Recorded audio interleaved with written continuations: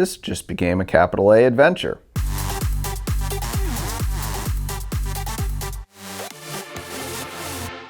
We got offered this 66 Mustang that was made into a GT350 convertible clone, which there's only about a dozen of the original GT350 convertibles. So of course, anyone you see out there is probably a clone unless it's well into the seven figures. But this was a relatively nicely done example, and it looked cool, and it had a lot of cool Shelby parts on it, and it was blue with silver stripes. So I bought it thinking, well, I'm pretty sure I can find a buyer for this. Closed the deal on the car and went to pick it up at the dealership where it was being traded in for sales tax credit. Anytime I go to pick up an old car or do something with an old car, I always assume it's going to be an adventure. And of course, I differentiate between a lowercase adventure and a capital A adventure. And the lowercase a adventure is usually fun and a little bit exciting, but unexpected, and something might go wrong. And the capital A adventure usually involves insurance companies or police or something that otherwise would make a good car story. And I pretty much assumed, well, this might be a lowercase a adventure because it's an old Shelby that somebody else built, and who knows what could go wrong. So I pick it up from the dealer and pull out, and of course get plenty of attention there. People are taking pictures of the car and all that. And it is interesting because we're at an Aston Martin Bentley dealer, and this old Mustang is getting all the attention and certainly regarded by onlookers as the most interesting car there. Start rolling home and of course find all sorts of little things that aren't quite right with the car, like the snaps for the rear tonneau cover are not all functional, so I had to kind of hold one side down. And the car was terribly geared, so I was at like 4,000 RPM on the highway and just wishing for overdrive. Everything that just builds character in an old car. And I get about halfway home thinking, wow, this is actually going quite well considering it's 85 degrees out, the car hasn't overheated, I haven't run out of gas, the important gauges are working, and I'm cruising in the left lane, and I come up to the famous Valley View Bridge in Cleveland and stop traffic. Like, fantastic. And the car started to heat up a little bit and stumble, and I'm going, oh man, this is not good. And I knew I still had gas, I'm not blonde, and I tried to just feather the throttle a little bit to keep it going, but it was to no avail. The car stalled out.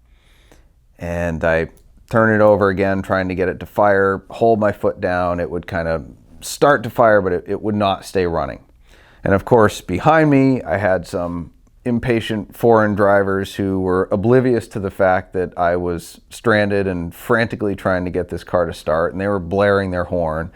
And I'm in the left lane, and people are starting to go around me on the shoulder and all that. And it was just a frustrating situation. But in less than a minute, I had a Ohio Highway Patrol behind me. I'm thinking, wow, this is very efficient. Somebody must have been speeding. I was grateful though that they were there, because I said, okay, well, he can help me get out of the flow of traffic.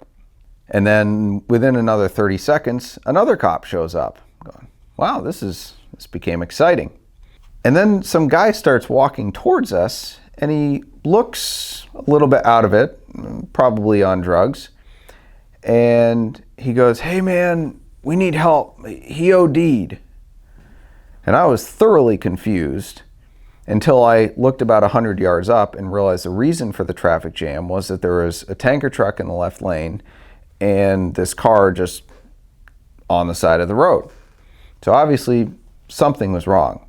So the second cop goes up there to deal with the situation, and within about 2 minutes there were 5 more cop cars there for a total of 7.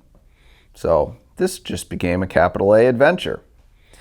So I thought about calling AAA, but I really didn't want to wait 4 hours for them to show up. So I called a tow truck company I use frequently for my clients and just said, hey, how quickly can you get here? He said 45 minutes. I'm like, great, I'll be waiting. And by the way, there's tons of traffic, so good luck. So in the meantime, I decide to meander up to this crisis that's happening and see what's going on. And it turns out that I guess the driver of this car had OD'd, and he had just maybe hit the truck, but he had driven down the median and taken out about a dozen orange barrels that were set up for the construction zone before finally hitting into the wall and disabling his vehicle. So I'm kind of standing around trying to see what's going on and taking Ed Bullion style selfies and getting a little flack from the cops for, having such a good time. And, I wasn't trying to make light of the situation, but what else was I to do but stand there and sweat on a hot bridge? And it turns out that the guy wouldn't go with the paramedics. He refused, and they couldn't force him to go unless they arrested him. And they couldn't arrest him unless they could prove he was under the influence. So the cops are discussing this and how they want to go about it. So the state trooper goes up and administers a sobriety test. And I don't know what the end result of it was, but it was just kind of discomforting to think that, okay, we're so worried about cars that are going slightly over the speed limit or things like that. Meanwhile, we have guys driving completely high, being a danger to all of us. And I guess it's actually a bigger problem than I was aware of, and becoming quite a problem in Ohio because of the opiate issue that's rampant up there. So of course my tow truck arrives and I saunter back to see him. And as I'm walking back, I started to get some comments from passersby. And one of them, in good spirit, was from a Challenger driver, and he goes, "I'm crying with you, bro." I'm like, well, I'm not really crying, but okay, whatever. And then another guy in a Chevy, of course, yells, "Should have bought a Camaro." I'm like, okay, well, pretty sure if I had a 67 Camaro, I might be in the same situation because it's an old car, but good job, Mr. Still under warranty. Of course, the Instagram comments come in, Ford found on road dead, ha ha ha. I'm like, well, okay, it's an old car, but whatever, had some fun with it. We get the car loaded up on the truck and drive back to my shop and unload it. And of course I tell the truck driver, I go, what are the odds that this thing's just gonna fire right up? Sure enough, turn it over, fires right up.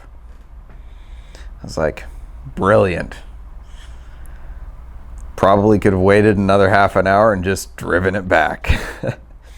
The cap on that story was that I texted the picture to a good customer of mine who had been looking for something cool like that to drive, and he came over an hour later, looked at the car, loved it, and bought it.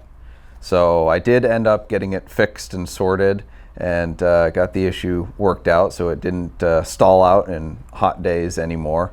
But it was just kind of cool to go through that whole adventure and then of course get back and fires right up, and an hour later sell the car.